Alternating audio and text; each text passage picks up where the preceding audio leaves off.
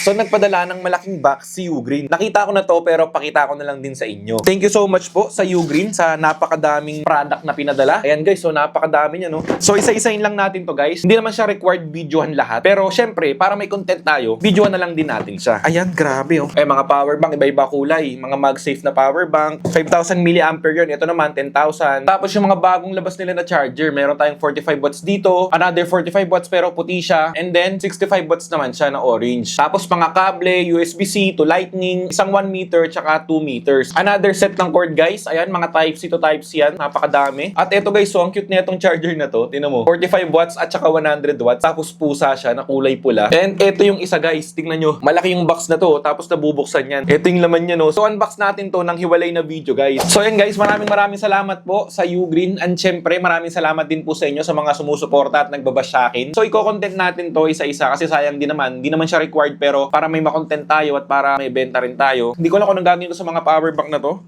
Papamigay ko ba? Ano sa tingin nyo? So salamat ulit Ugreen and sa mga nanonood. God bless po.